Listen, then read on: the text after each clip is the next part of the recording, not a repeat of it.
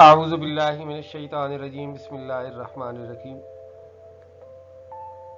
ہماری تحریر اور تقریر میں بہت سے الفاظ ایسے آتے ہیں جن کے تلفظ میں ہم کہیں نہ کہیں جانتے بوجھتے یا کہیں نادانستہ طور پر بھی غلطی کر جاتے ہیں۔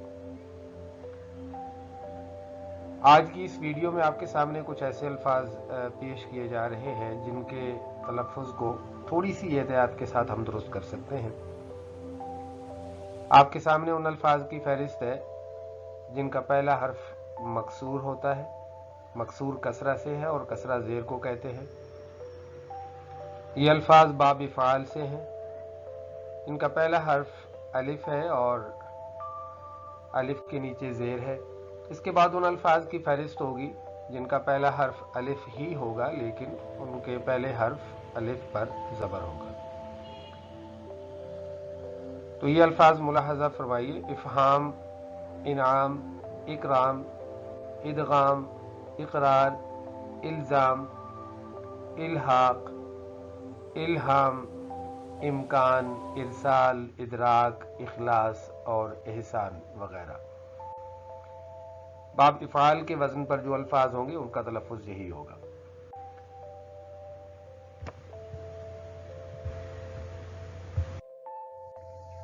اب جو الفاظ آپ کے سامنے ہیں یہ وہ الفاظ ہیں جن کا پہلا حرف مفتوح ہے یعنی زبر ہے پہلے حرف پر۔ یہ تمام الفاظ جمع کی حالت کو ظاہر کرتے ہیں۔ یہ باب افعال کے وزن پر نہیں ہے۔ افعال فعل کی جمع ہے، افکار فکر کی جمع ہے، افلاک فلک کی جمع ہے، افواج فوج کی جمع ہے۔ اقدام اور اقدام میں فرق ہے، اس فرق کو بھی پیش نظر رکھا جائے۔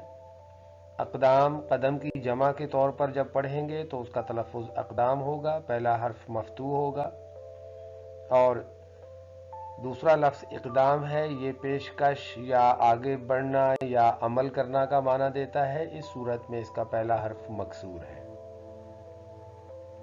جیسے تمام ضروری اقدامات اٹھا لیے گئے، اقدام قتل وغیرہ۔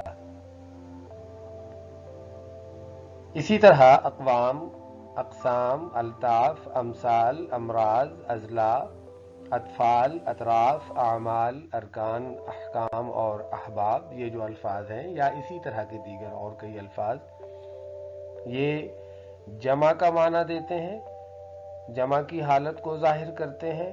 اس صورت میں ان کا تلفظ یہ ہوگا کہ ان کا پہلا حرف مفتوح ہوگا، ان کو ہم اطفال نہیں پڑھیں گے، اطراف نہیں پڑھیں گے، ٹھیک ہے۔ کچھ الفاظ کا تلفظ تو بہت واضح ہے، اس میں غلطی نہیں ہوتی، لیکن اضلاع کو اضلاع پڑھ دیا، ٹھیک ہے، اور اقدام اور اقدام کا فرق ہے، افلاک کو افلاک کہہ دیا، افکار کہہ دیا وغیرہ۔ اس طرح ان الفاظ میں کہیں نہ کہیں غلطی ہو جاتی ہے۔